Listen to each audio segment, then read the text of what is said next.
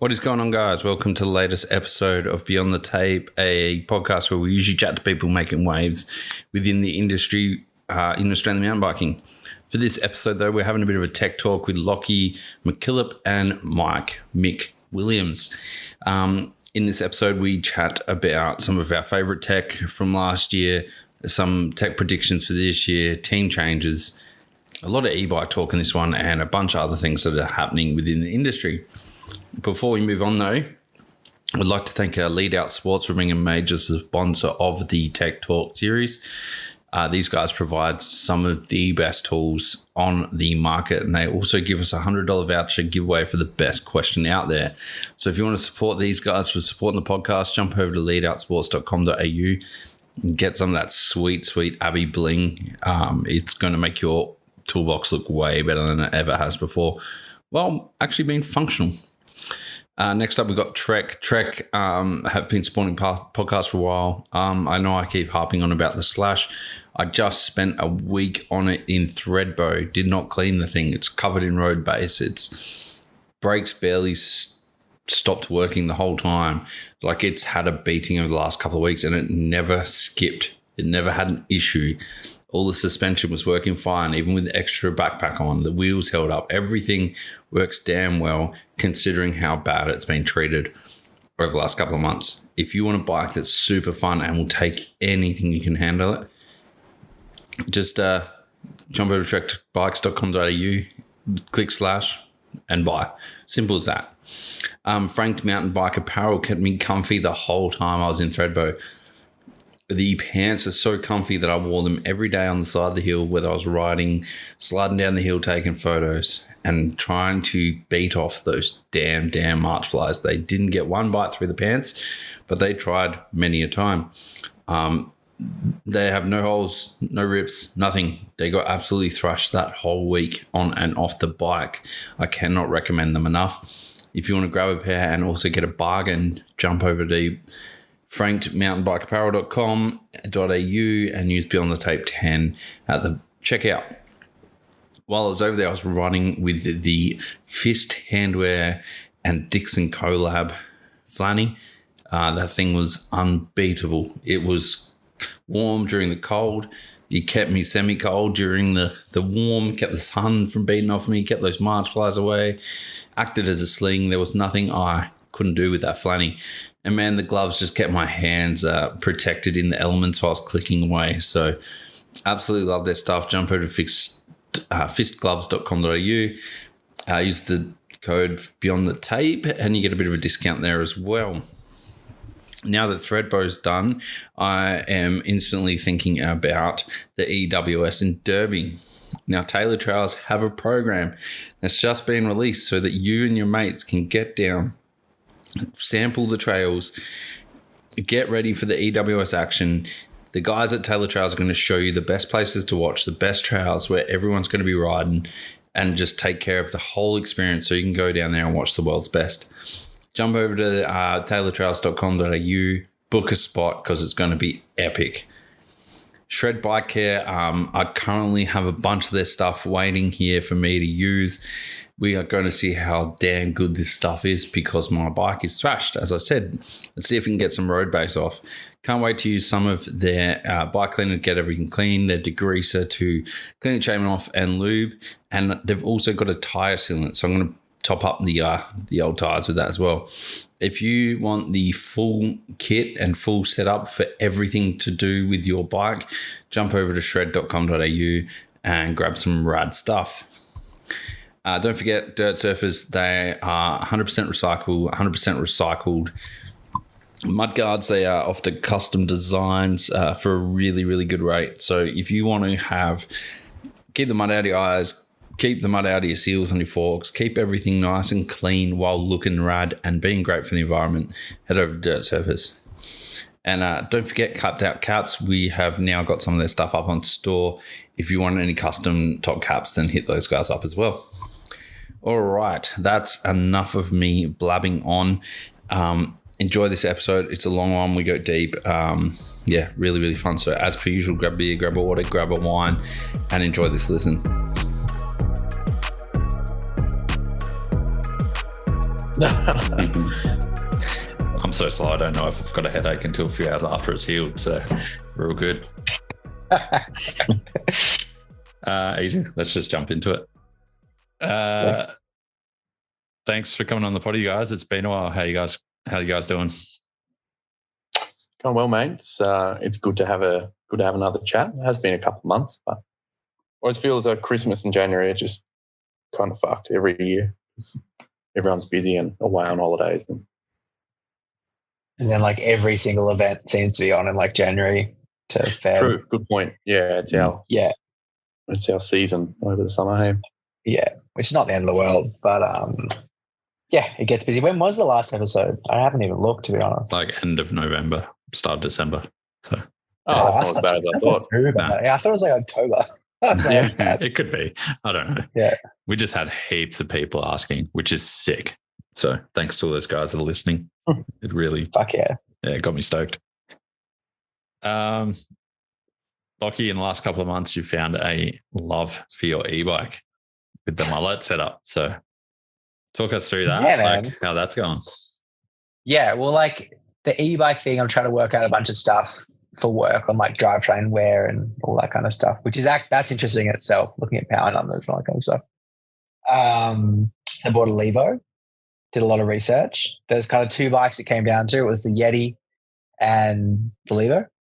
And the Yeti just proved a little bit too hard to get. And I didn't want to run that motor, not for obvious reasons, but just some of the ways the outputs it does. And it doesn't output the power of the system, or my power into the system, I should say. So that was kind of a big one that I needed it to do. So yeah, the Levo is mullet, which that was the reason I didn't want to get it. That was like the one big thing against not getting it. I was like, it's a fucking mullet. I don't want to run a mullet. And I put something up the other day on Instagram about this, being like, I'm wrong, because I have hated on this podcast numerous times about mullets. And I still stand by why I hate mullets. Because like a 29-inch wheel is faster. So if you're racing, you just race a 29-inch wheel. But I wouldn't say it's like cornering. I can't really put it down to one thing. Like, it's not the cornering as much for me as it's the room. Like, there's more room. The wheel doesn't hit me in the ass.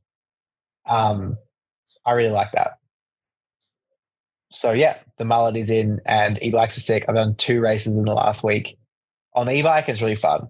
I think from a shock kind of tuning perspective and the way I've kind of set things up, it's just a bit more interesting. Like, it's like I own a downhill bike again because of the weight and the way you can push it, but I get to go back up the hill, which is really cool because there's quite a bit to it with like the shock and the weight of the thing.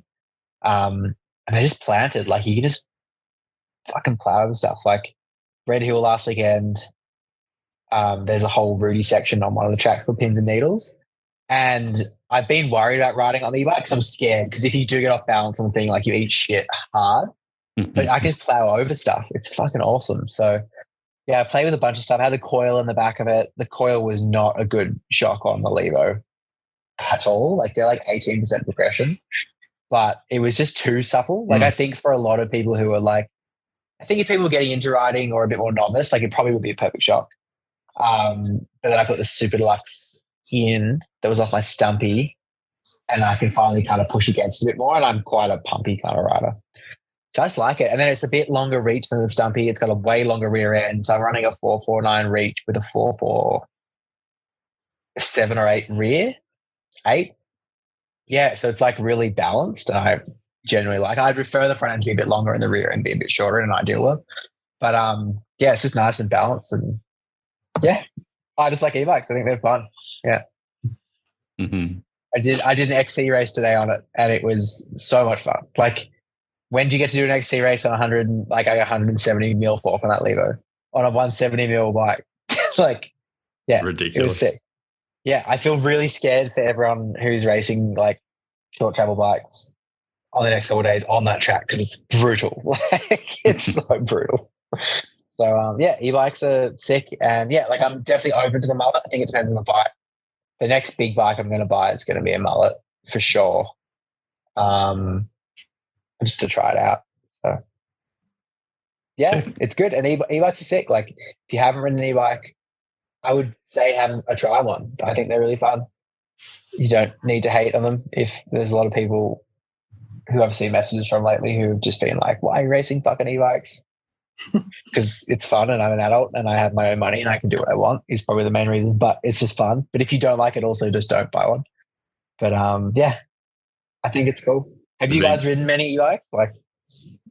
No, I might have said this story before. I rode one years ago, so I'm sure they are a lot better than the one that I rode. But I remember we would have raced actually at Awaba downhill nationals, and Trent from Dynamite Cycles, he needed his toolbox or needed a tool out of his car or something, and he's just like, "Oh, I'd just ride the e-bike." So zipped up there on his e-bike, and then and there I was like, I got to hand this thing back because if I keep riding it, I don't think I'd ever go back to an analog bike. It's that good.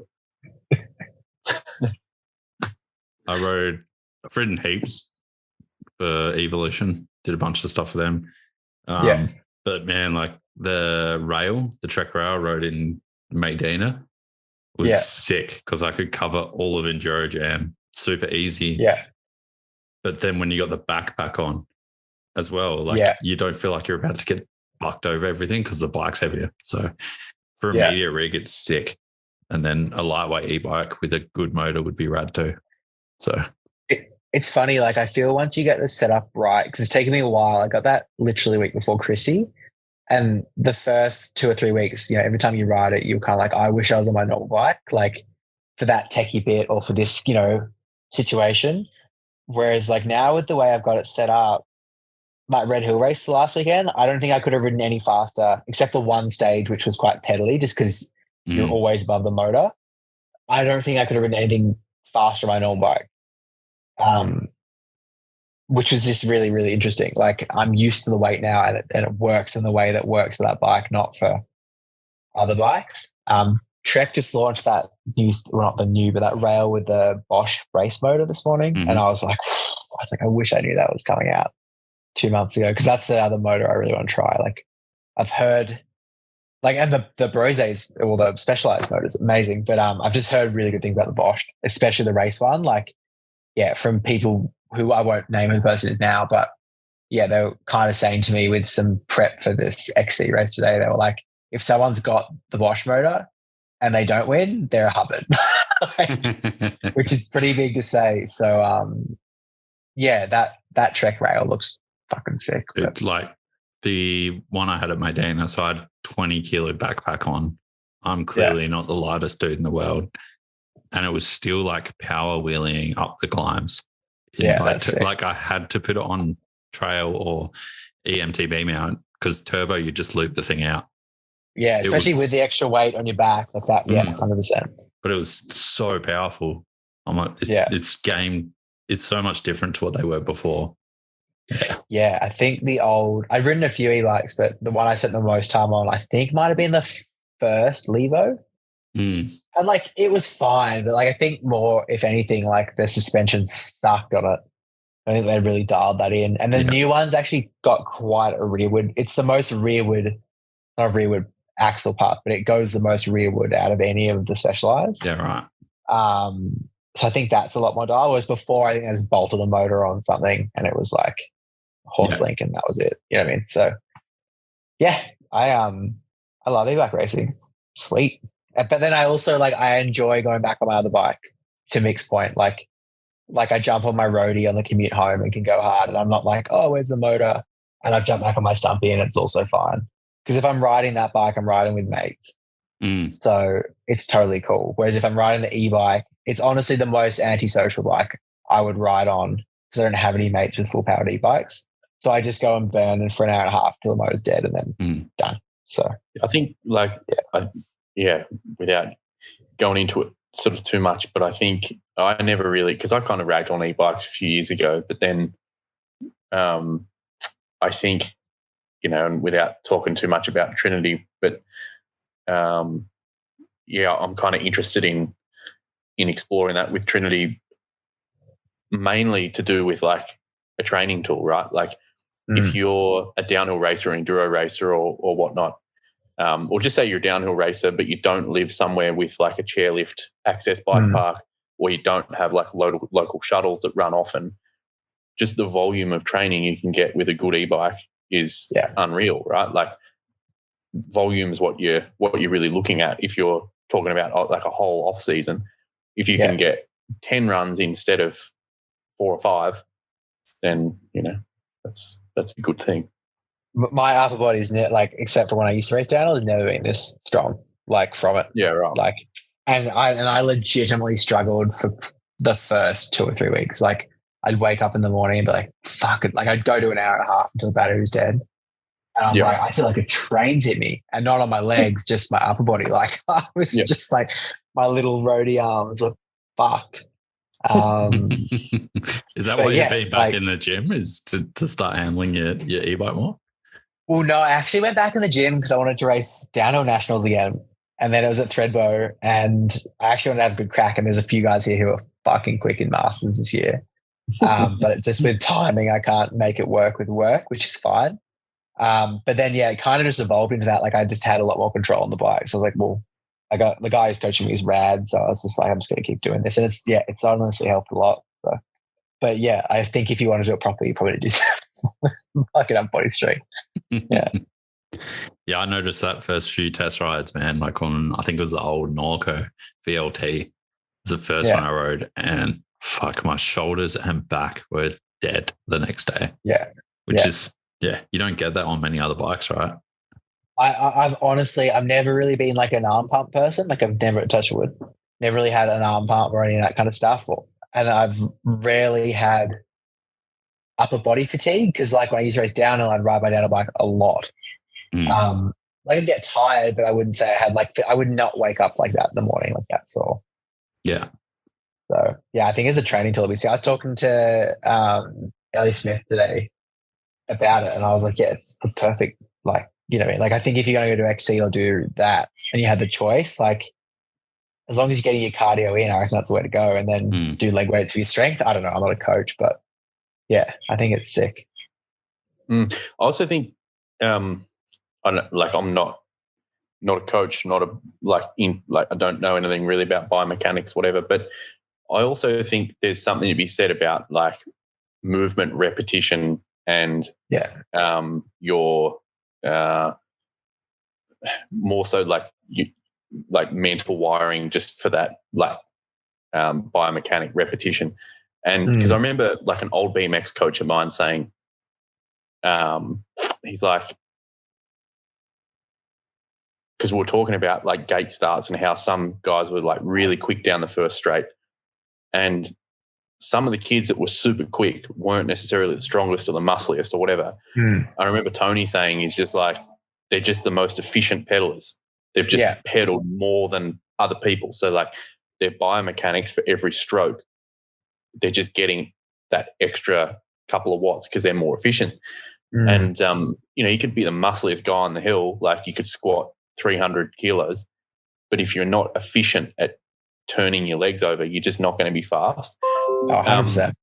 And I think that's like a little bit why sort of I noticed during COVID I was doing a fair bit of road, and I noticed like I'd go to like the 4-cross track or whatever and feel pretty quick. And I reckon it wasn't necessarily because I was stronger or fitter. It was just like, that muscle repetition. You're just really efficient at pedaling.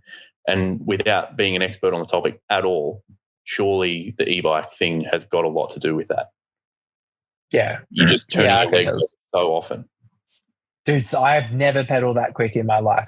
Like I'm a slow, especially on the mountain bike, like I run a really slow cadence. And it's something I've tried to work on. Like I work on a lot on the road bike because I know it's inefficient. But now I'm just spinning at like 90, 100 on that thing, and it's sweet. So yeah. The other thing, before we change subjects as well, with e-bikes that is rad is they have long rear ends, and this makes me very happy because me, longer rear ends seem to work. So huge fan of long rear ends. Huge fan. Yeah. I would like more adjustability in bikes to be able to change between longer and shorter. But man, some bikes are just tiny. Crazy. Some would like still with 430 chainstays. No. Well, so one of the bikes I'm looking at has a chainstay around that length for a bigger bike at the moment. but the reach is quite long. So I want to see if that'll balance it out a little bit. But then I look at like my stumpy. So my stumpy is, I think it's like 10 or 12 mil longer from the levo to the stumpy, and it's longer in the reach as well. Like it's the levos are like a really, I wouldn't say it's perfect because it's a B-stick short on the reach, but it's pretty close to perfect geo that I like on that. But you don't seem to find that on the specialized normal bikes, which is weird. So, yeah. So, Mick, you've had your old Dyson and attached that to the bottom of your Trinity. How's that going for you? Oh, Dyson. Yeah, no, it's going well. For those that don't know what Darren's talking about, it's the cassette in a can. I guess because it's got a clear polycarbonate hatch, which is very useful to look inside and check that it's all running smooth and all that type of shit without having to strip it down. That's one of the main reasons I did it, was because it's a prototype. I didn't want to cover it all up, mainly because I wanted to see it breaking. That makes so much sense. And you can see the gear shift, which makes sense. Yeah. It's not, you're not just going by feel. You can actually look down, or you could even put a GoPro on the down tube and whatever, and actually visually, it's kind of like an oil window on the clutch cover, or, stuff like that. You can just see that everything's operating how it should. Obviously, it's open for the world to see, so if something goes wrong, everyone can see it. But it's been going well. I'm back in Australia at the moment, but I'm based in Queenstown most of the time now, and I've had it in. When did I go back? Yeah, I put it in kind of mid-January, and I've been riding it ever since. So now it's almost mid-February. So yeah, I've had it in for probably about close to 4 weeks. Been riding it pretty well every day, and it's been good. Don't know what else to sort of touch on. I haven't had the shifter on, admittedly, mainly because on the V3 frames we had internal routing. On the I had sort of the predecessing gearboxes on that frame, and had the shifter wired up, so could prove that it was shifting and all that. But the V4 frame, we got external routing, and it wasn't until I put the gearbox in a few weeks ago that then I realised that I was kind of not up the shit, but I really had to drill a hole in the frame to run the shifter, which I wasn't really keen on doing with a brand new frame. And then I kind of had a bit of a think about it. I'm like, well, initially with the gearbox, like I want to put Ks on it really to test its structural integrity. Like I know it shifts because I've had it shifting in the stand, I've had it shifting around the car park, all that. So I know it shifts. I really want to test its structural integrity to make sure it can actually handle sort of downhill abuse and that amount of riding. So basically I've just had it as a single speed, which has been fine. So that's been really good. I've learned some kind of quirks with it. Nothing sort of dramatic, but like with anything, there's certain bolts that have a propensity to come loose quicker than others and that type of stuff. So that's been kind of good to work out. And then only last week I kind of had a bit of we're doing some filming with Vital and kind of had a little bit of I don't know, it must have just been my serotonin was high or something, because it had a bit of a breakthrough with the gearbox on how to solve quite a few issues, because without going sort of too deep into it, but the one that I've been running for the last few weeks and the one that people probably have seen on Instagram and whatever, it's got a couple of different moving parts. So essentially you've got like a static axle through the front that everything rotates around, and you have to have that static axle because like the shifter cable obviously can't rotate around at the same time, and otherwise it'll tangle itself up. So you've got your shifter cable that comes down the inside of that static axle and pops up inside the cassette. but that cassette obviously rotates and has to move axially. So you've got like another plurality of like shifting pins. So that whole mechanism works well, but it's relatively heavy. I mean, a lot lighter than current gearboxes, but like it's not necessarily light. But to make it all work, it's not complex, but you got a fair bit sort of going on. There's like 11 bearings in that whole just front assembly, because you've got I don't know, sort of 3 different sort of moving pieces. Whereas I had an idea just the other day, and it's getting made at the moment, hence half the reason I'm home. But had an idea the other day to basically halve the complexity, and I've got it down to 4 bearings instead of 11. So it's pretty well cut the weight in half and made it very, very simple and opened a whole sort of avenue for future sort of designs. So, I've been pretty stoked on that, but I've kind of been, I don't know, just running on anxiety, because it's kind of half the reason I'm home, because I'm like, well, I need to start making shit. So come home and get on some tools and whatnot. So anyway, it's been running well. It looks sick. It looks real sick. Yeah. I'm not a gearbox person, but it looks sick. Yeah, I think like from an engineering point of view, I think that gearboxes are definitely the future. It's just about executing them well. Yeah. And having them look good, because let's be honest. Yeah. And just having like good shifter options. Oh, sorry, here. No, you go, man. Shifter options are good. Just having good shifter options. Like remember Roll-Off had the crazy shifter. I think even did Nigel he had the pinion on and had some crazy shifter on it, and I was like, that shifter looks terrible. Like, yeah, you know what I mean?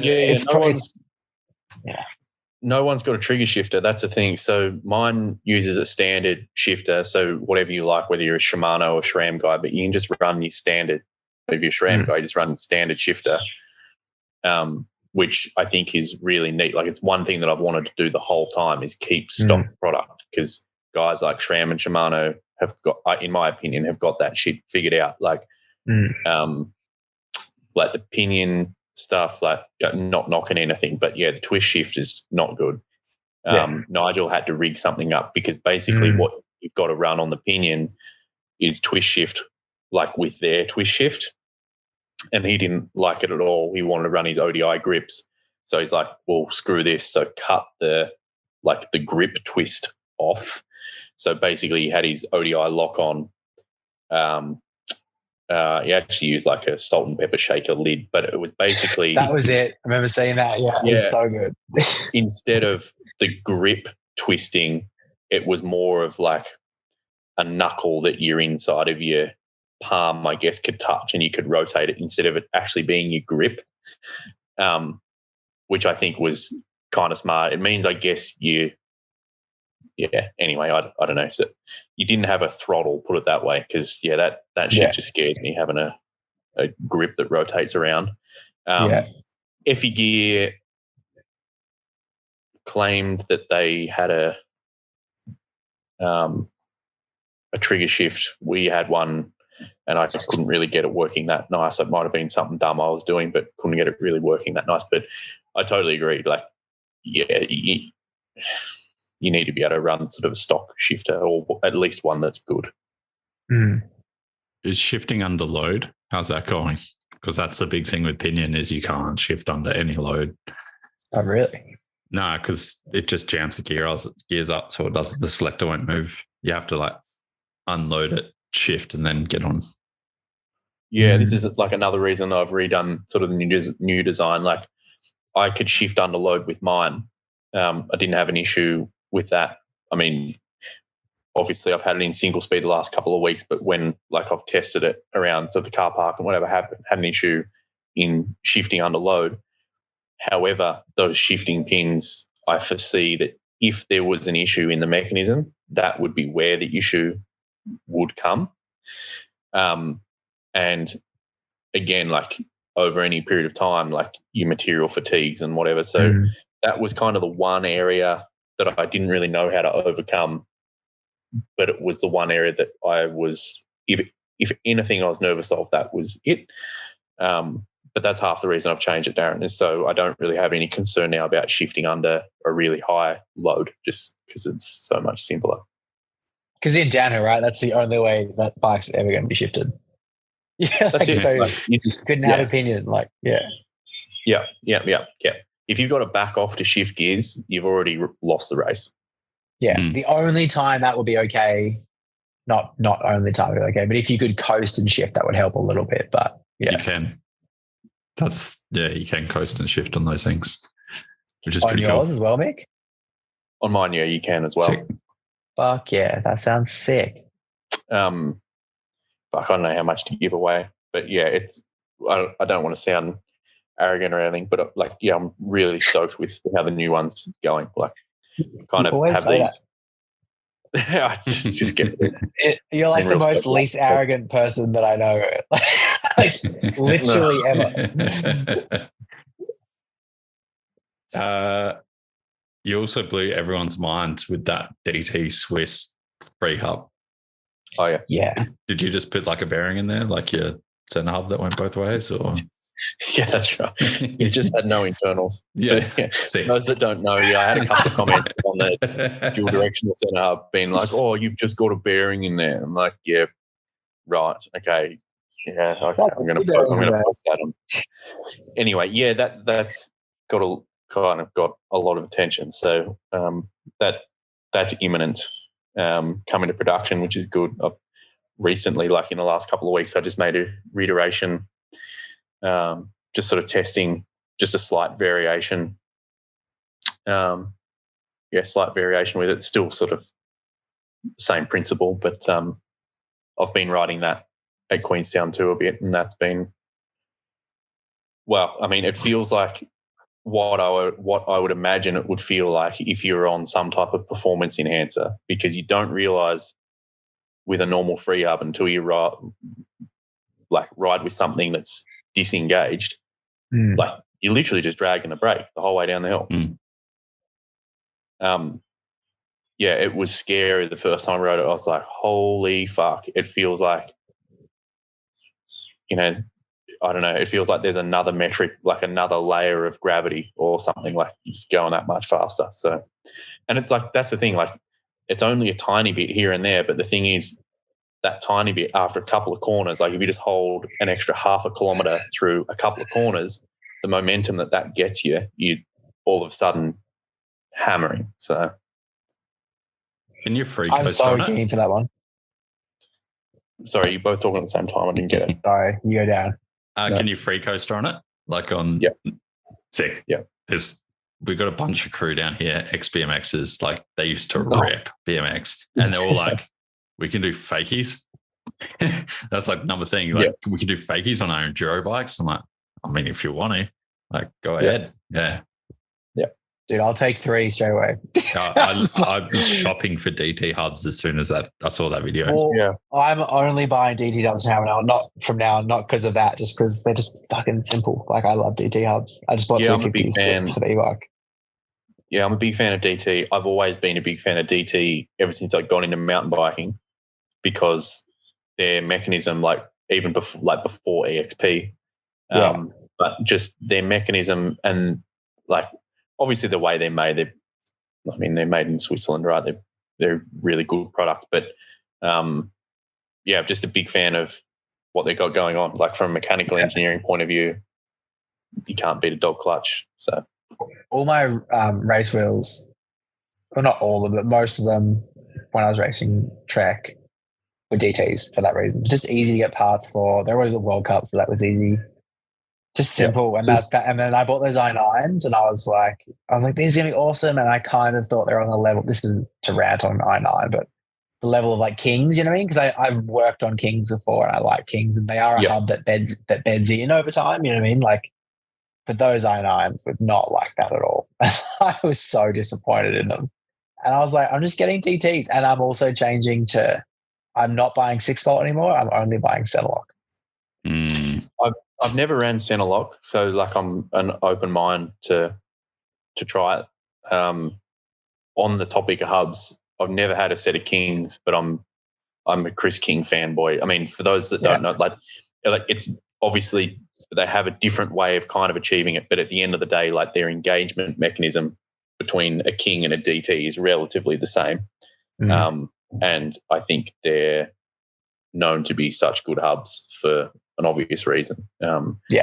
Kings. I've never owned a set of kings. I remember there was a kid at Mount Gambier BMX Club. He had a set of pewter coloured Chris King hubs when I was a kid, and dude, I used to fucking drool over them. Like he was like a couple of years older than me, and I would be behind him like on the gate start. I'd just stare at those hubs. I wanted them so bad. I've never had a set of kings.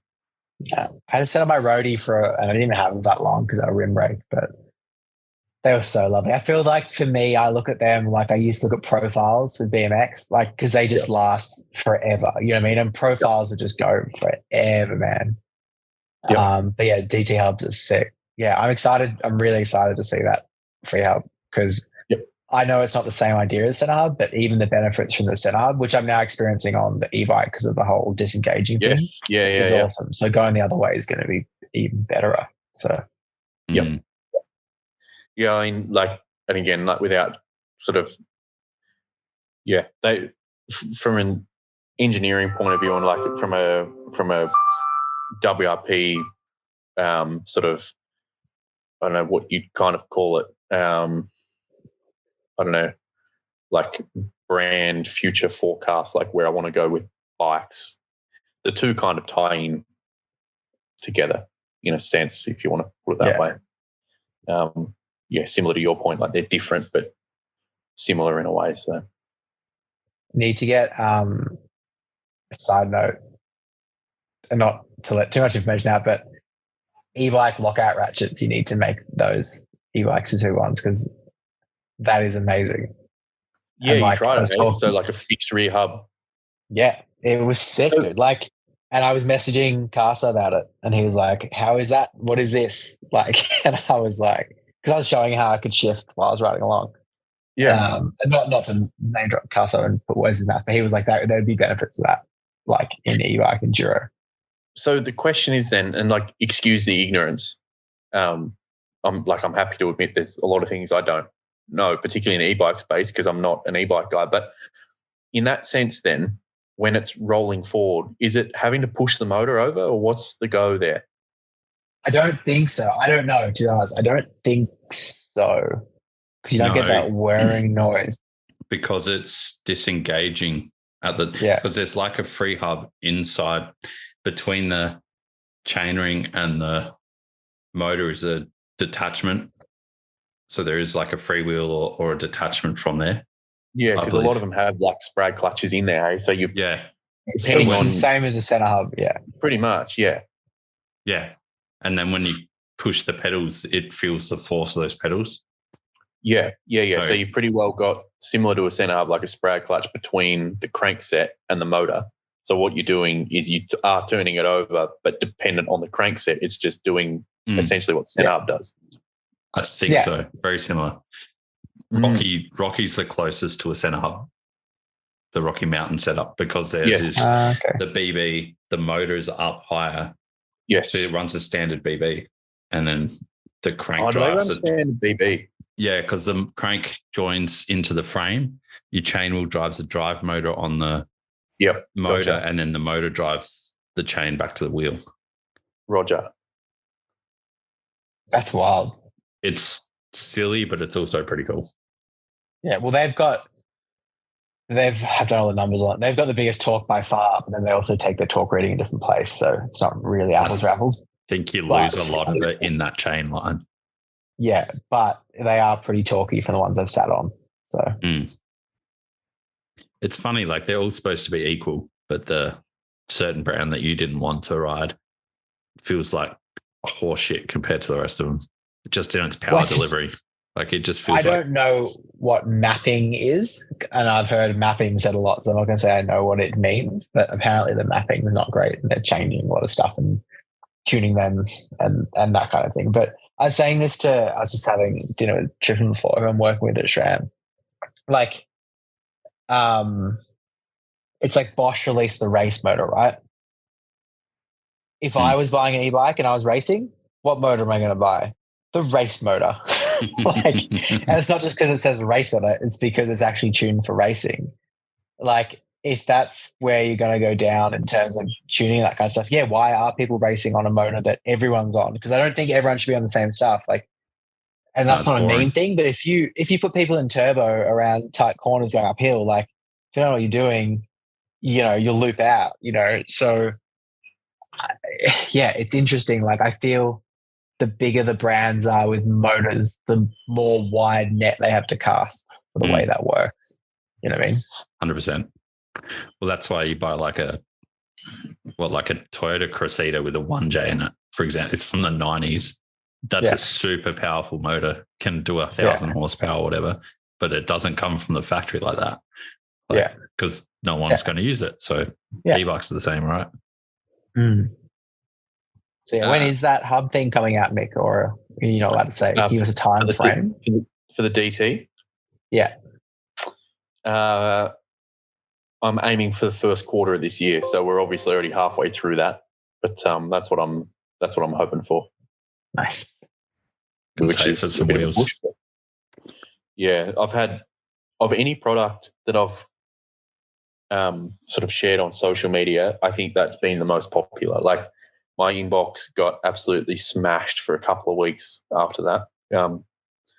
Depending on price, like, that's your biggest value proposition, right? Like, the center hub's expensive, but still gives you a great performance increase. A stem is the most important part on a bike that does the least. But then, like, that's going to be a medium price with great benefit. So the value is quite high, right? I guess so. I mean, not to put pressure on you to sell it for $5 on the market. Yeah, but and again, like, I'm not trying to sound like a wanker here, but like, I'm not. Yeah, I guess I don't really go into anything with what I do with a commercial prospect. I guess, like, I go into it with trying to make the bike better and faster.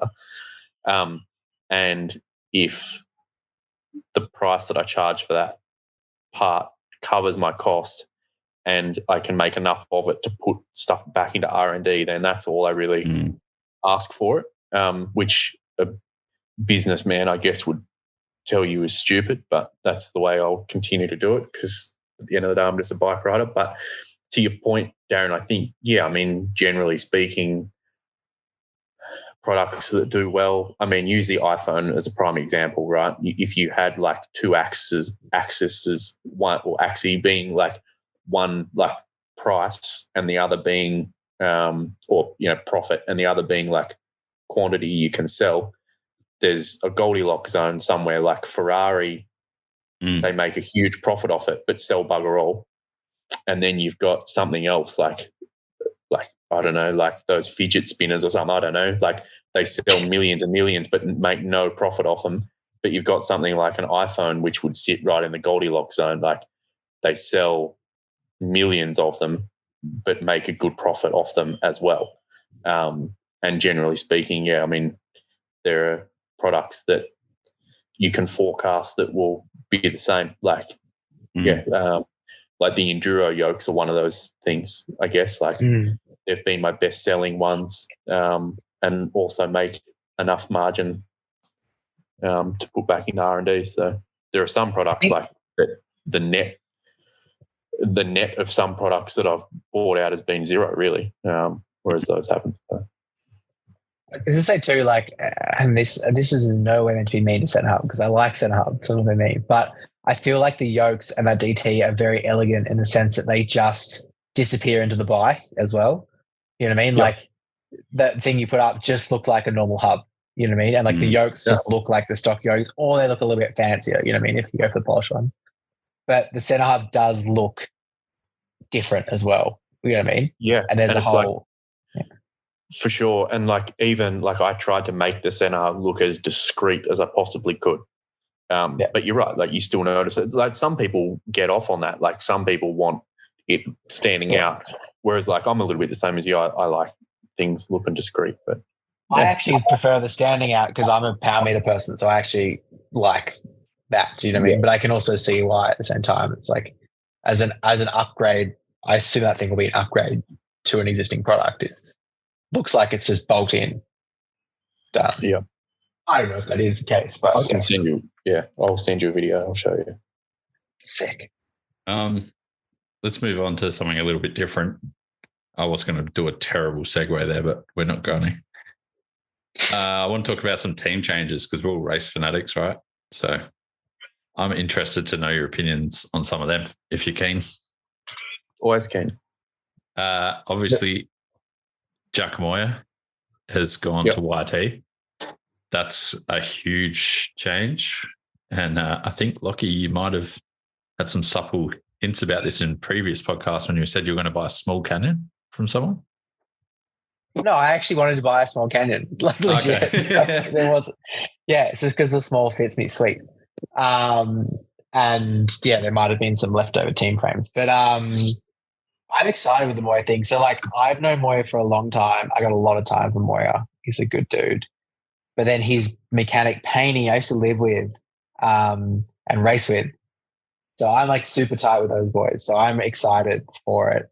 I think that team environment will really suit Jack. I know the guy who's the marketing communications guy, Isaac, who's awesome. He's a lord. I think they're in good. Yeah, I think they're in really good hands with the team. I listened to the podcast on Downtime the other day with JP, who's like the sports marketing guy, and it just sounded like super F1. You know what I mean? Like they just want the best for the athletes, and they just want performance. Was the word they were talking about. That was not to tell people to go listen to other podcasts. That was an interesting one if you want to hear about team dynamics. I just think it's going to be a really good environment. Like, I think it's amazing to be able to run the products that you run. I don't think any team's ever done that before without, sharpening stuff up. Jack knows what he likes. It's not like he's going to be changing shit around. You know what I mean? Like he knows what works for him. But after like a previous team for him and seeing that be suboptimal, I think it's shit. I think the bikes are good. They're a simple bike. Like I think for the most part, they're all horse link. There's nothing too crazy on them. There's mullet options. They're even getting down to the point that they're changing the rear ends on them for different riders. So, they're not scared to say they're changing an existing bike, which I think is cool. I think like YT, I've always been a YT fan, if I'm honest with you. Like, of course I like, I'm a fan of extravagant bikes, I guess, if they're executed well. But I've always been a YT fan. Like, I don't know, ever since Gwyn was on them, I've liked them. Like, they're relatively simple, but I just think they've just executed really nice. Like, lines are really clean. I don't think I have ridden a Jeffsy, and I like that a lot. I rode the Jeffsy like 4 years ago for A&B, and that was like, there's another bike, and they were the two I just was like, hey, I can actually just buy this because this bike's. Yeah. Like, I think there's a lot to be said for bike, and like we've kind of learnt this a little bit with Trinity, just mucking around with different kinematics and idler positions and all that type of stuff. Like, I think there's a lot to be said for like familiarity and predictability. And every YT that I've ridden just felt familiar. Like, it just, anything that I rode on it just felt good. Which, and like particularly in an EWS setting, I think that means a lot. Like, you need to be just comfortable with the bike and be familiar with how it's going to hit sort of relatively anything on the trail. The other thing that I was going to say about Jack, like, and in no way, not twisting arm, Lockie, but one thing that I might be sort of skeptical on with the YT thing is that I wouldn't be surprised if I guess what I'm saying is, was it YT that was like, run whatever you want, or I'm wondering whether it was Jack saying, I'm only riding for a team if I can run whatever I want. Because the only reason I say it is because, like, in the last couple of years of Intense, obviously he couldn't run whatever he wanted. And Yeah, I don't know. I don't know. Like, I don't have an official answer for that at all. But from what I can kind of get from that podcast, like, I think this comes down to a project for YT where they're trying to make the from that podcast, they're talking about having like the engineers, talking to mechanics to get the bike set up. Like, I think this is a big project, not just in marketing, but also in getting YT to that next level of bike. And I think for them, it's easier for them to just sponsor the team. There's less risk in people having issues. You know what I mean? There's not going to be anyone on that team who's like, oh, I didn't like that performance of that part. That's why my result for shit. At this point, it's just like there's no excuses. Not in a mean way to cut people, but I think for them, it's actually probably a smarter investment from YT to let them do that, I think. Yeah. Well, I mean, like, if you end up with 5 riders on the podium and they're all running different parts, but they've got the same frame, like, win, right? Like, run whatever you want. This frame is sick. Yeah. I think it's a cool experiment. This is what the reaction is. I'd love to know the exact reasons, but I think it's awesome. Like, you know, if you look at, I know it's cross-disciplinary and I always sort of talk about it, but I honestly think that teams that have done well in the past have adopted that type of model. Like, not saying it's only the way to win, because it's certainly not, but like, you know, even if you look at motocross and stuff like that, guys that have had freedom to bring their own stuff with them at sort of certain stages in their career, I felt have always done better. And I think a lot of it comes back to that familiarity thing, not only just with the bike, but just with the parts and components and setup and all of that.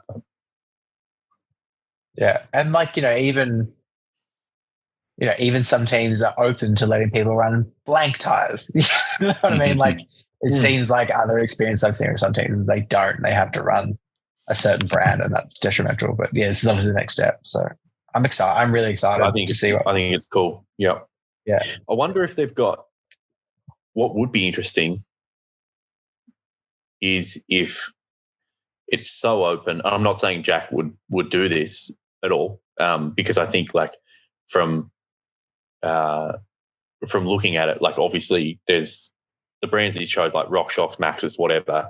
I don't see him going away from that at any point soon. But, like, the point being is, I wonder if they've got like mid-season, like if you're able to mid-season cross over to other components, because that'd be pretty wild. Because I know, like, in moto, some guys do that. Like, you know, halfway through they're like, no, fucking hate these clamps. I'm running different clamps or whatever. Yeah, I wouldn't be surprised. I don't think. Again, making things up in my life, I don't think Jack would change. But it'd be interesting to see if the other guys do. You know what I mean? Like, and I'd just be interested to see whether they could. Like, if it's in the clause, whether it's anyway. Yeah, no, I think it'd be cool. I think one thing I've learned in the last few months is, like, how much other product some of these riders test. It was actually quite mind-blowing talking to someone about it recently. And I was like, whoa, okay, that's the level that we're at with this.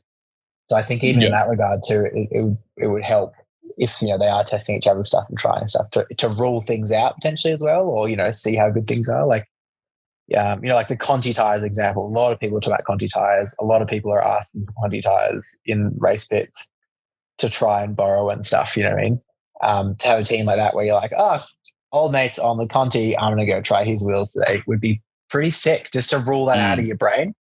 Like, they're that much better. Okay, well, on the clock, they're about the same and they felt a little worse or better. And I think that would be a really cool part of that team. It'd be easier to do. Speaking of Conti, I've got 3 Conti tires coming because I'm keen to try them, because everything I've heard about them is very good. Yeah, I was talking to someone at Roto.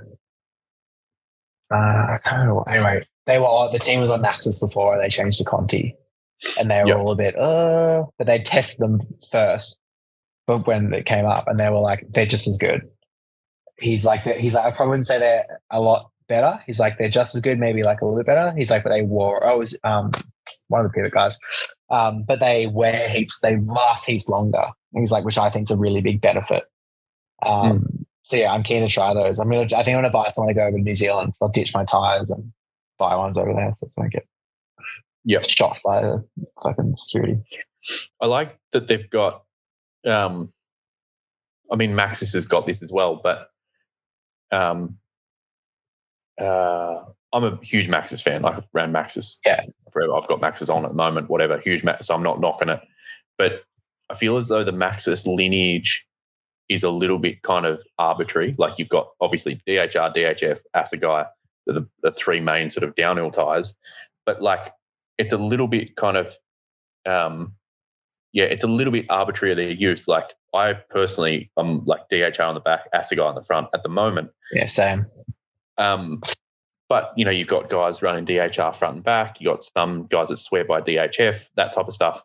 Whereas I think the one thing that, and like, I don't know, because I haven't even tried them yet, and this is why I'm keen to try them. But from guys that I've spoken to, it's like the Conti's kind of well defined about what tyre sort of suits what, and a lot of guys seem to feel comfortable on the same tyre for the same type of setup. It's just from an outsider looking in. So I've got an UG total coming, which is like their intermediate wet type of thing. It looks kind of similar to like a Magic Mary, and then a Crib total front, Crib total rear.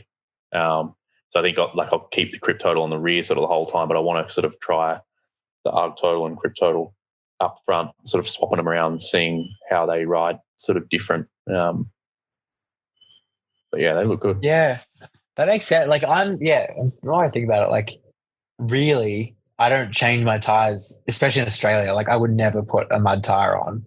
I can't think of many tracks where a shorty would work, and wet screens are way too gnarly over here. Yeah, that's just the whole really story. Yeah, you know what I mean? Like, so really at the end of the day, they're just what dry tire suits you.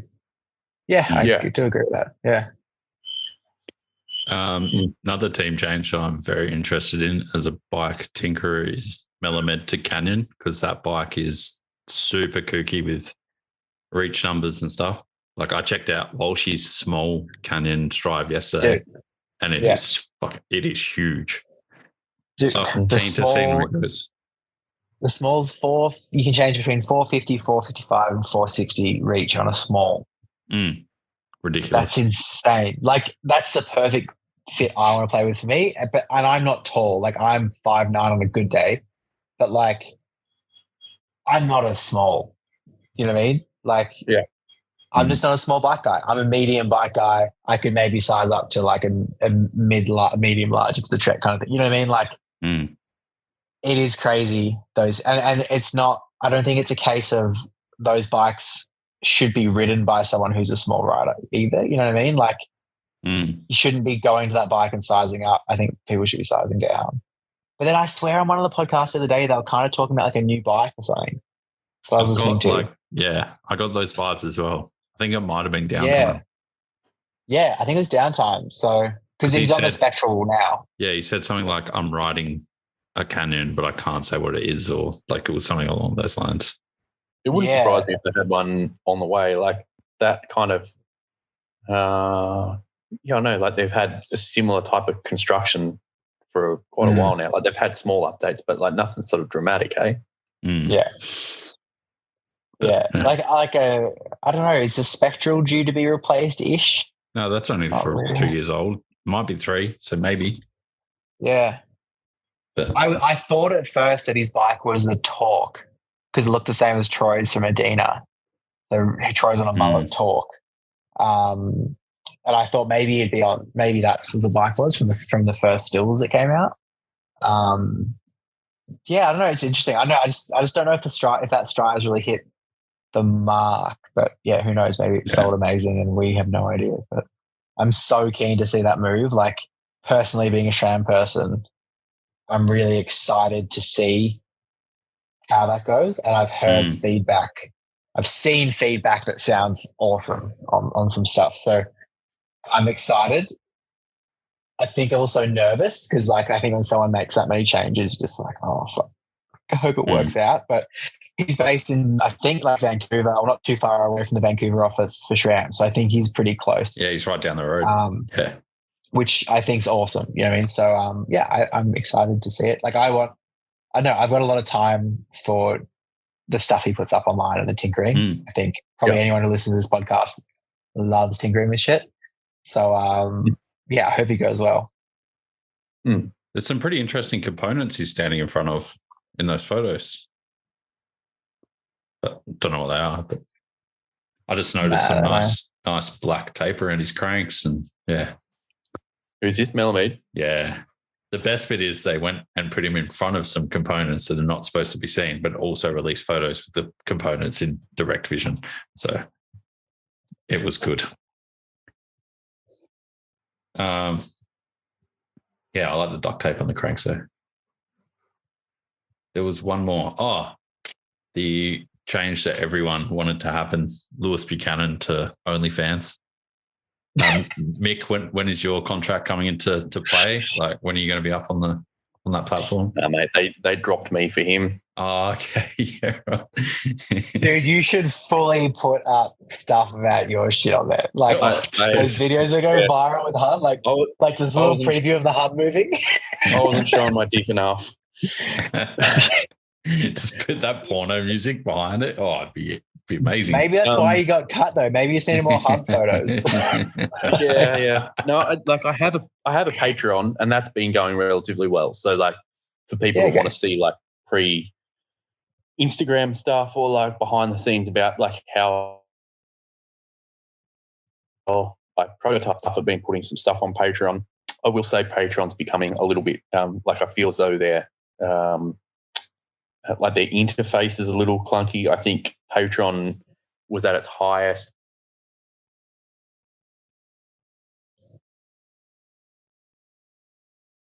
Is he gone, or is that just me? No, it's something's gone weird. It's a solid still photo of him, though.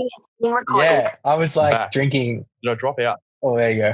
There you go. Back. Yeah, a little bit. I was just saying Patreon, I believe, was at its highest like 2018, 19. I know there was some like university lecturers and stuff making like 100K a month off Patreon.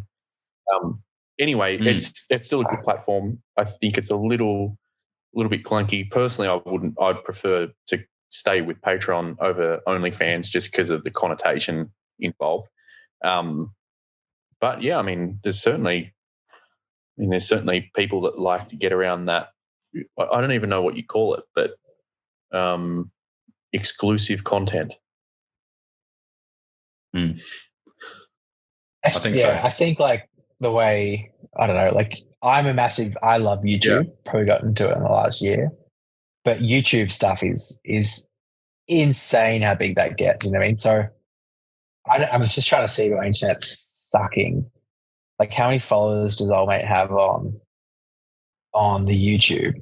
Like, I wonder if, it's not that high. I don't know. 31K? He's got like as much as Moya. I don't know. Like, I would love to know how much OnlyFans are paying him for that. Yeah. To be honest, if OnlyFans said to me, we just want to give you a helmet that says OnlyFans on it, I would probably just do it for the press alone if I was in that situation. You know what I mean? They turned comments off, but like that thing was everywhere. Yeah. Everywhere. Like, that's the most press. No, and not in a mean way. That guy will probably get all year. Last one we'll chat about, I thought was pretty rad, was the Maya Smiths. Yeah, that was sick. I was starting to see that. Like, those boys, I think, obviously they've already done very well, but I think there's only positive things to come from them. They're good kids and they're fast as fuck. Super nice, man. They're really, really nice. I'm stoked they're on a team together. I was worried. I'd heard murmurs that they were going to different teams. 6 months ago that you were like, I just hope wherever they go together. So, yeah. And that Giant team's solid, dude. Like, that team's been around for a long time. You know what I mean? They're on good sponsors. They're not running any hokey parts. I'm excited to see that new bike when that comes out. Like, I think Maestro does work really, really well around a 27.5-inch wheel, just more to where the wheel moves to. They kind of needs to have a smaller wheel. So I feel like they've kind of held strong, and now it's gone back to the 27.5 rear wheel, and life is good, which is cool. So Yeah, like those boys look like they're hooking. Some of the stuff shit they put up lately, I'm just like, what the fuck just happened? Like physics just left the room. Luke put up a video the other day. I don't know where it was from. Might have been a private track or something. I don't know. But he kind of came. It was like a little bit jungly, I guess. But he came through this section. It didn't look that steep. Into a left-hander, right-hander, the big right-hander. It was Barrington. Was it? Yeah. Holy shit, dude! Yeah. Like I watched it again because it looked ridiculous, like it was sped up. That was Remy. I watched it probably 10 times. Yeah, it was Remy on because it was on the trail bike. Yeah. I sound mean, but I always get them confused too. Oh, you just got to look for the hair flowing out the helmet. And that's Remy. But, dude, like at Buller, Luke was on a different level. Like, it was dumb how fast he was going. They're so fast right now. Yeah. I'm pretty really keen. I think the other thing too is like this year. Well, it's obvious, but like I don't know. They're just really close brothers too, which is good to see. Like I know. They're always cheering each other on and looking out for one another overseas and that, which is just good to see. I think that helps in teams too. Like, you know, you see a lot of Aussies then go over and who's on the giant team this year? Is Remy Tyrion's still on there? Yeah. And those two. Who else? Is that it? Yeah. You know what I mean? Like, you kind of got a buddy, you know, having to like deal with trying to speak French, like, which I'm sure, I don't know Remy Tyrion's, but like, I'm sure the guy's fun to deal with, but it's just like a bit of home, you know what I mean? Yeah. So, yeah.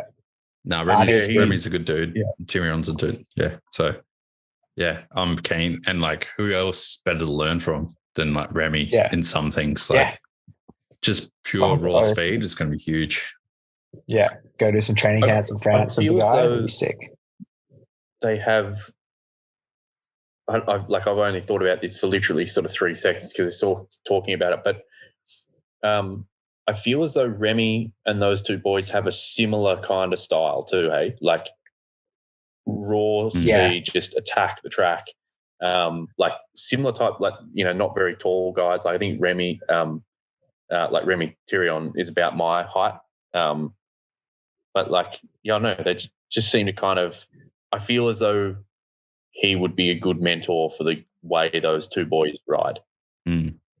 Whereas someone that just had a whole different approach, like you, I don't know who I've got in mind, but just say you were like, I don't know. I just think he would be a good fit for a bit of a mentor for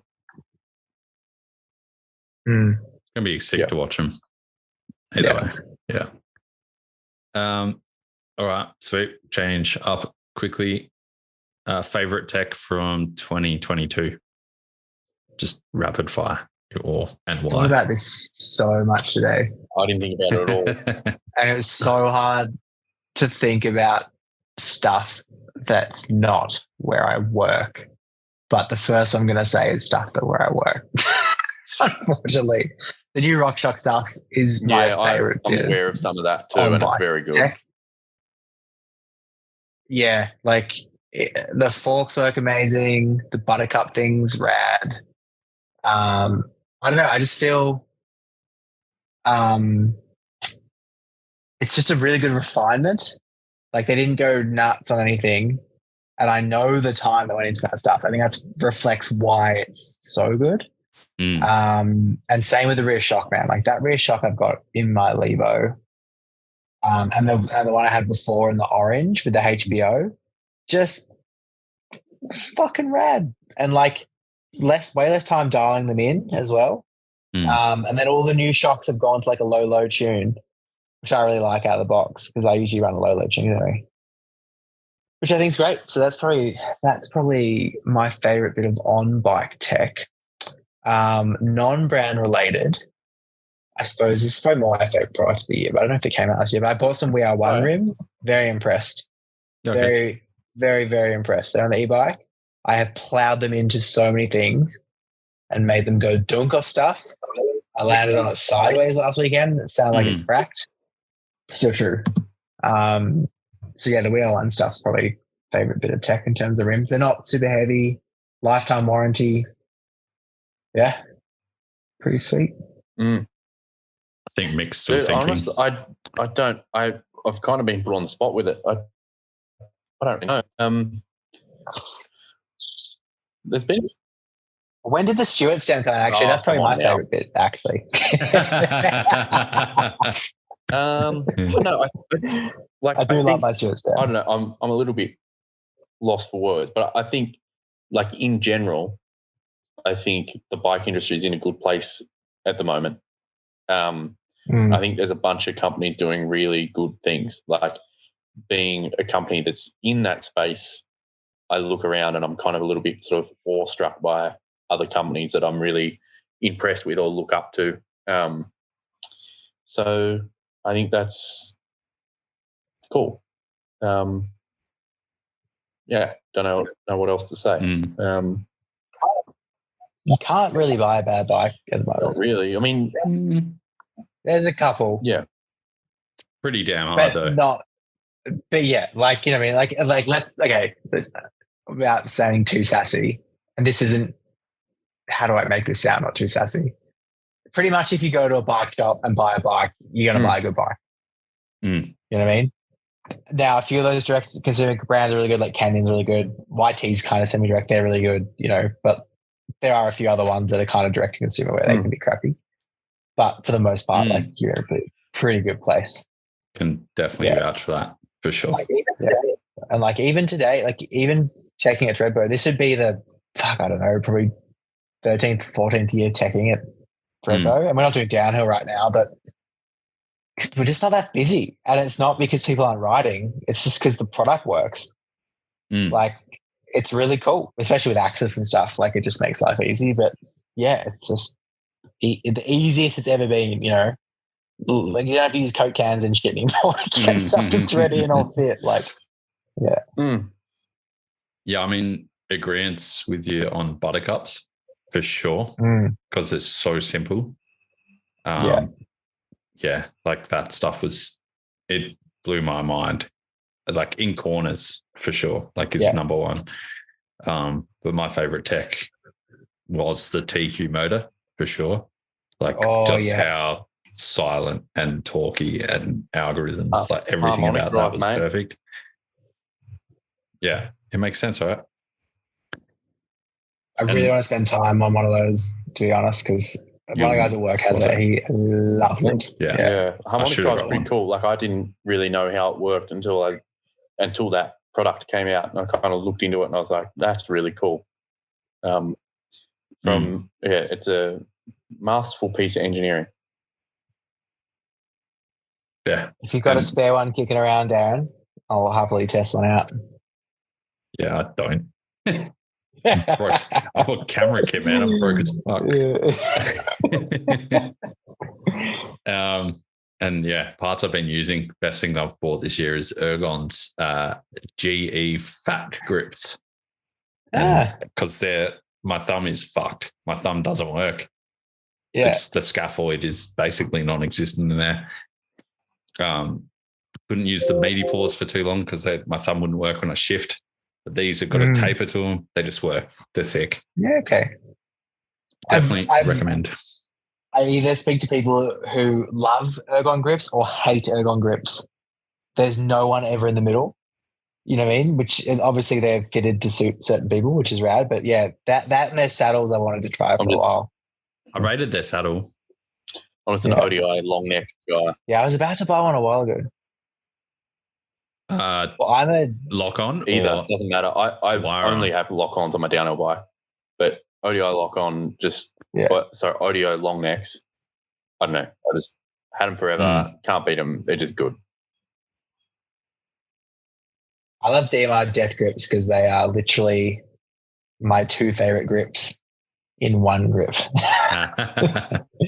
But it's so specific. But yeah, the Ergons I really would like to try. I remember looking at one of the saddles a while ago. They're just really expensive, and I was like, meh. But yeah, I've heard really good things on the saddle. They look good. So, what are your tech predictions for 23? Obviously, there's certain ones you can't talk about. But yeah, I think this is a segment that needs to be skipped. No, I think regardless of work shit, I would like to see shock tunes talked about more. It's not really a prediction, but I would like to know more what people are running. I think more open rebound and compression for the most part is definitely becoming a thing.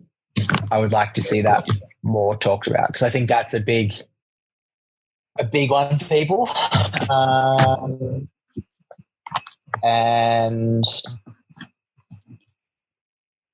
maybe just not really a prediction, but more use of electronic suspension.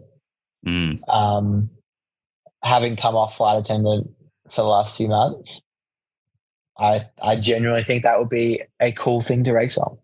So I would like to see that. And I've heard some rumblings of people running it. So, yeah.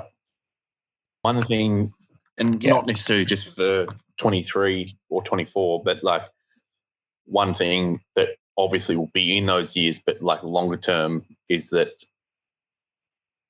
I just get dumbfounded when I think about where electronic technology will be, whether it's like e-bikes or electronic suspension or whatever, where it'll be in 5 or 10 years. Because you look at how far it's come in the last 5, and not just in the bike industry, just tech in general, right? Just with microchip and processors and all that type of stuff.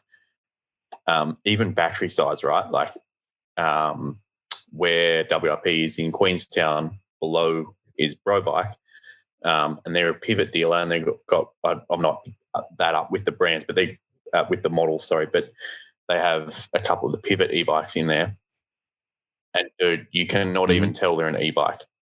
Like, the shuttle SL. Like, firstly, the motor is nice and tucked away, but just how they've integrated the battery into the down tube, like it's so thin that it almost just looks like a normal down tube. And yeah, I don't know. I'm just impressed to see where that stuff goes in the next few years, because batteries are just getting smaller and smaller and smaller. Same with the motors and whatever. But yeah, I think love it or hate it. Like, I am sort of an analog guy. I mean, I'm a mechanical engineer, not a mechatronic guy. Like, I'm shit house with electronics. So I think kind of in a mechanical sense, but where electronics are going just blows my mind, which with like where it'll be in 5 years. So I reckon it'll get to the point, and this is not from anything I've seen, this is an absolute prediction. So, I think it'll get to a point with downhill where the suspension settings are set by GPS coordinates for the bike. Sounds crazy, but it happens in MotoGP. It's doable. Like, there's no reason it can't be done. Yeah. And like, the Pedley section at Cairns or Fort Bill, it firms up a lot, but then in other pits it only firms up a little, you know what I mean? Like, or the low speed opens up because, there's heavy braking, or I think it'll end up getting to that point, which I think would be really cool. I think we're finally going to see total integration from every piece of technology. So that TireWiz is talking to Air ShockWiz, which is talking to your power meter, which is talking to AXS. So when you're putting like power down, it knows what sag you're at. It can lock the suspension. If your TireWiz sees an increase of pressure, that affects the suspension. And then e-bike motors are going to have a plug-in for AXS, which I think might already exist. Someone mentioned that there, but I'm not sure. There's a power plug for Bosch, but yeah. That's right. Yeah. I think the one thing that kind of worries the wrong word, but like, for lack of a better term, worries me about that, though, in racing, is I think that what all that does do is bring in more rules and standardizations, because you look at, say, like MotoGP or F1 or whatever, where that stuff has been developed, like, they're 10 or 15 years ahead of our industry, and where that stuff has come in is they've had to regulate it to make it more of a fair playing field, because obviously once that stuff develops to a point where it's so advantageous to have it, the big teams basically just dominate.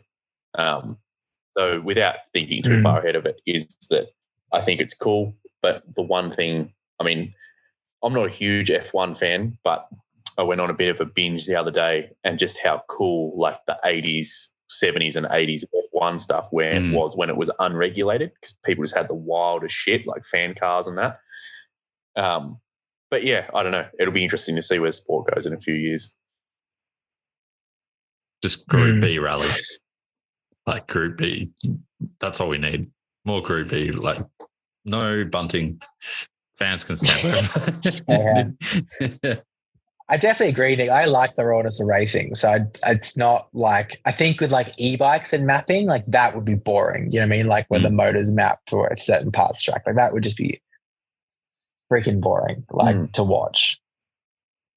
But I think I think from like a suspension side with that, like I think if people had a lever on their bike now, they'd already do it. I think there are people who have things on their bike from other brands that are doing similar things, from what I understand. You know what I mean? So I don't know if it would be that shit, but yeah, but then who knows? Maybe there's going to be new types of springs and stuff that are completely different. Who knows? But yeah, I definitely don't want that to happen. Take the interestedness out of the sport. If anything, it would just be to make it faster and possibly a bit safer. But I do see simplicity making a comeback as well. I think adjustability is going to become better. I mean, yeah, it depends. It's such a rabbit hole because it depends just on so much on discipline and what you're actually trying to achieve, right? Like downhill, to go into what you were saying before with basically like GPS noted points along the track with adjustable suspension, all that type of stuff. With downhill, I think that would be relatively easy because it's basically a closed course. Whereas the more dynamic the situation gets, the harder that is to introduce. Like at the nth degree, you look at like a multi-day rally type of scenario, then that stuff gets more and more and more difficult to bring in. So yeah, it's very discipline specific. Like I even look at, I don't think it'd be I even look at this is going off topic, but I even look at free ride and like some of the insane shit that those guys are doing, and a similar thing. Like imagine, I'm not saying whether I'm for or against it, but for certain types of free ride, it's basically a closed course scenario. So the amount of stuff you could do with your bike via electronics, whether it's on the fly via the rider or GPS, just with varying bike setup, would be pretty gnarly. But yeah, it just depends how dynamic the course is, I guess. Yeah, I to be honest, like the context of what I was saying was purely for downhill, because I look at downhill as, it's cliche, but the F1 of the sport. But I genuinely think it is. But I don't know if that would apply, and if that should apply to stuff like enduro. Like I like the rawness of enduro. You know what I mean? Like if it's a flight attendant system, I think that's fine. But if it's something where you're keying stuff in and you're only, because at the end of the day, you've only ridden that track once. So anyway, be difficult. I think like in an enduro situation, they need the consistency from the bike because they don't know what situation they're riding into.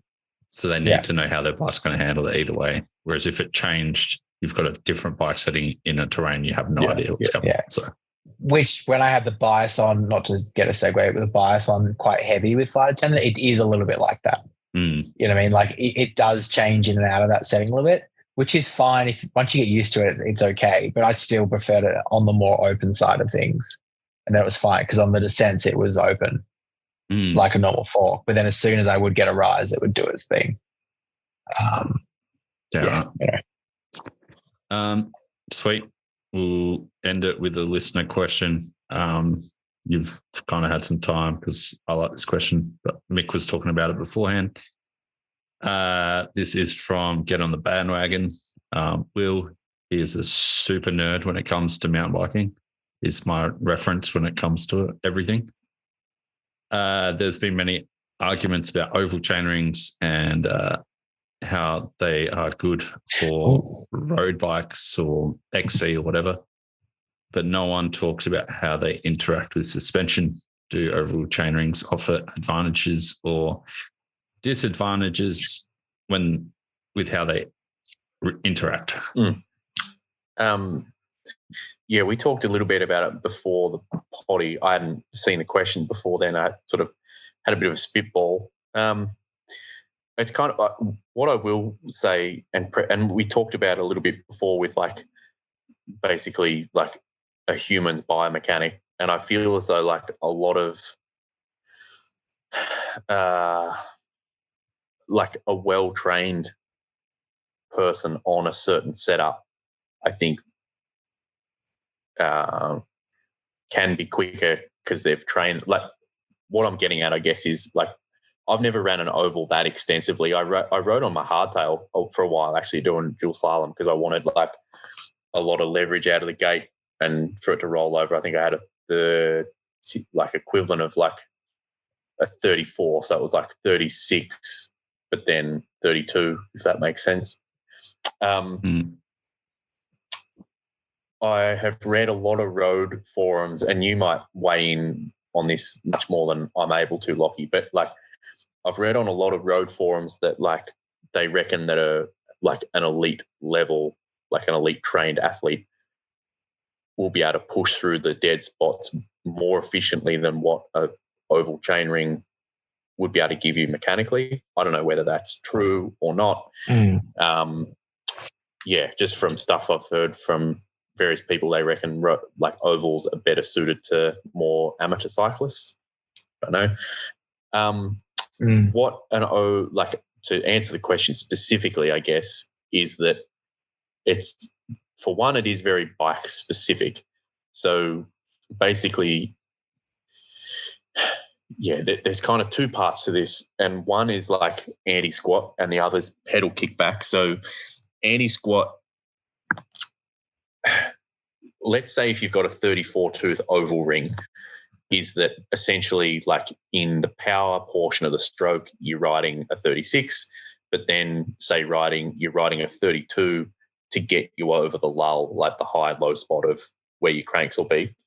So on average, like if you averaged out 1,000 strokes, is that it's sort of essentially like you're riding a 34, but it's just to give you like instantaneous advantages at certain points. So like whether it's going to sort of help from a climbing standpoint, maybe whatever, but like to address sort of the kickback thing, I think that might be maybe where the listener question is coming from most of all. And short answer is like, yeah, it does affect it. It's very sort of frame specific, but say like kickback is really just derived from like the tangent angle of like your chain about the cassette and the tangent angle of the chain about your chainring. That's why your pedal kickback will change depending on what gear you're in. So generally speaking, but generally speaking, like if you're in the smaller cog in the rear, is you'll have less pedal kickback.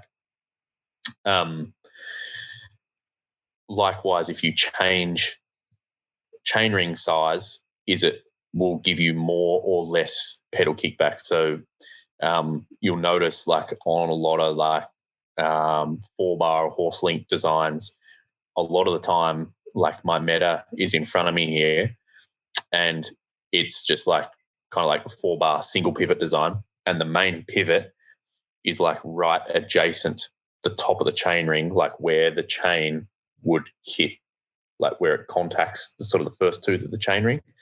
And that's sort of done for multiple reasons. But basically why it is like when the swing arm goes through its travel, is basically the chain follows the tangent of that chain ring as the suspension moves. Now, again, it's all suspension specific in how your bike is designed. But by going larger, generally speaking, by going larger, or in sometimes smaller, to basically match, if you've got a system like that, to match up your pivot points with your chain ring, you can reduce or increase your pedal kickback. So there is a chance that with an oval chainring, because when your feet are flat, is that basically it's on its ellipse sort of up and down, is, say, if you're running a 34 tooth oval, is that with a 36, with effective 36, is you could be getting less kickback. So there could be an advantage with running an oval, seeing as though when your feet are flat, that tangent point of your chain about your chain ring is in a more ideal position. Mm. Sorry if that was a bit sort of mismatched and all over the place, but yeah, it's No, that made heaps so of sense. bike specific, and I never recommend doing it without knowing the kinematics of your bike and actually maybe even modeling it in something like linkage software. But yeah, there is a chance that by running an oval, but you've got to be really careful about where your oval lines up to. That's the thing. Like these oval chainring companies make ovals at different, like their elliptical point is at different angles about where the chainring's located, depending on where they reckon your most powerful point of your stroke is and all that type of stuff. But yeah, there could be something to do it, but it's so bike specific. So say I know nothing about what you just said, but that made heaps of sense after you said it. So let's say, for instance, like to give an example, let's say, for instance, you were on a bike like my Meta, or it can be on any bike, doesn't forget that. But let's say, for instance, by running a 36, you would experience less pedal kickback. But you're on a 34, you like the way of 34 pedals or whatever, is that potentially you could, again, depending on how they've designed the chainring, but potentially you could achieve the same pedal kickback feel with a 34 oval as, say, a 36 round. Mm. Yeah. Makes sense. But, yeah, I don't know anything about that question, except I know a bunch about how they pedal, but that's about it. Nothing to do with suspension. But I don't actually think they do that much when it comes to pedaling, but some of that could be good for the suspension. For some people, they do. And it comes back to even like biomechanics, like how you ride, right? Like if you descend, but you descend like with your front foot clocked back a bit, then the orientation of that elliptical chainring isn't now going to be straight up and down. So like there's so much to it.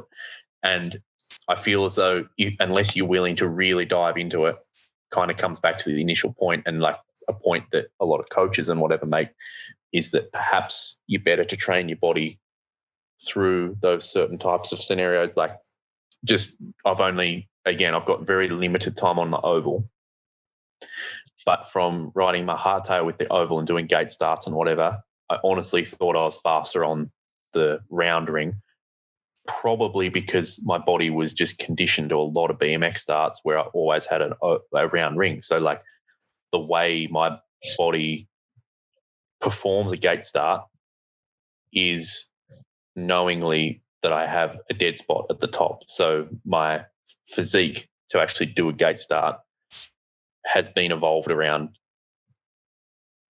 just a standard circular chainring.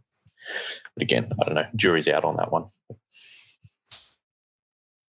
I'm surprised no one's done something similar to the rotor Q rings in mountain bike, where the position that the oval is at is changeable. Yeah. Again, I think that someone did. The reason why I think did. It hasn't been done is like I like their idea. It's cool. It opens a can of worms to adjustability though, where I think it's at a level above the knowledge that people really know what they're doing. Like it's above my knowledge. I would have to do some serious data acquisition to figure out, like, all right, like if we're clocking this a certain amount of degree, like what is that actually doing? I'm not that well versed on the product. Perhaps Rotor has done a lot of that and provides a pamphlet with it. I don't know, but it just opens a can of worms of adjustability. Like I even look at at certain bikes on the market with like, I don't know, 13 different flip chips and shit. And I feel as though, have you ever heard the term, I only heard it a few weeks ago and I loved it, but the term analysis paralysis? Yeah. I feel as though it's very accurate. Like there's so much analysis people do. I think I've said it about the Trinity. I had this conversation the other day because I'm going to defend myself on that one. Is that we don't have like each adjustment is specific to a different setup. So like, oh no, it wasn't in assassiness towards your adjustment. It was an assassiness into you guys not selling them yet. Yeah, gotcha. That was where that. I do think that's true though. Like analysis paralysis is a thing. Like you've got so much adjustment, the end user doesn't know what to do with it, and they're just like, and they're paralyzed by making decisions. So they just run it in the stock setting. So the company just should have made the stock setting to begin with, but who knows? Then this is not, we're not a pedally podcast, but I'm pretty sure from memory with the rotor rings, they used to rely on doing using like a watt bike or a dual-sided power meter that had a P chart. It's like the old Pioneer ones used to do it as well. And you could find the dead spot in your pedal. So you kind of want it to be, it ends up being like an oval effectively. I don't think it can be circular. I think it's an oval. But there's, when your pedals shit, it becomes like, it looks like a peanut. So it kind of comes in on either side. And then that's your dead spot. And then you'd angle it into that position of it. It's interesting. I've heard a lot about oval rings from pedaling perspective, and I think the thing is, like, if it works for you, just do it. Yeah. But for some people, and the way they use the energy systems work is there's actually no respite in each pedal stroke, so people can actually get fatigued faster with them as well. But if your energy systems are used to that, a little bit what I was, I guess, getting at is it would be, it's such a can of worms because, say, for instance, with what I felt, I'm like, well, is it the oval ring's fault or is it my fault because I'm so conditioned to pedaling? It goes back to the pedaling efficiency thing we're talking about right at the start. Like, am I so conditioned to pedaling with a round ring that my body doesn't necessarily know how to react to this thing? Yeah, like, should rings be round? Like, I remember having a really good convo with Darren Baum about this, and I can't remember what standard we ended up at talking about, but it was like, it was why rockets were a certain size. And like when he actually boiled it all down, they were that size because that width, because that was the size of the railway tracks at the time that had to take the thing in. So it was like this whole idea around this standard that we see now as being correct came from another standard that had nothing to do with it and is no longer limited by it. So yeah, maybe at the end of the day, maybe chain rings shouldn't be round at all. Who knows? But maybe it's just because that's the easiest thing to make when bikes are made. I don't know. That's why all pop songs are 4 to 5 minutes long, just because that was the biggest amount of vinyl they could send in the post. Yeah, right. Yeah. That's the only way they could do it. Yeah. So, there you go. Yeah. I think we've answered the world's questions there. If anyone's bored and has a watt bike or access to a bike, go jump on one and get the P chart up, like the I'm actually pedaling going to look chart. at it because I don't think I've ever seen that before. It's quite interesting. Pioneer I think it's called a P chart. Yeah. I had a Pioneer for years and I bought it for that because my pedal strokes sucked. And it was cool. Yeah, real cool. Sweet. Well, I'll let you guys get to sleep because it's 9:00 there. You got big days ahead of you. Thanks for coming on. I'll add a link to your OnlyFans in the show notes, Mick. And small dicks only.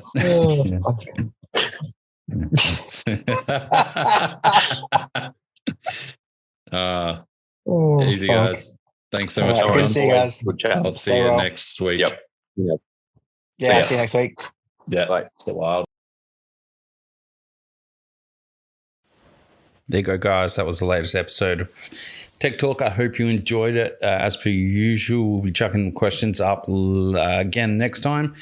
Just beforehand, best question gets you in the running for a $100 voucher from Lead Out Sports. Thanks to Lockie and Mick for always coming on board with these. Thanks to Trek, Lead Out Sports, Franked Mountain Bike Apparel, Fist Handwear, Dirt Surfer, Shred Bike Care, and everyone else that kind of helps out with this podcast. It is absolutely amazing.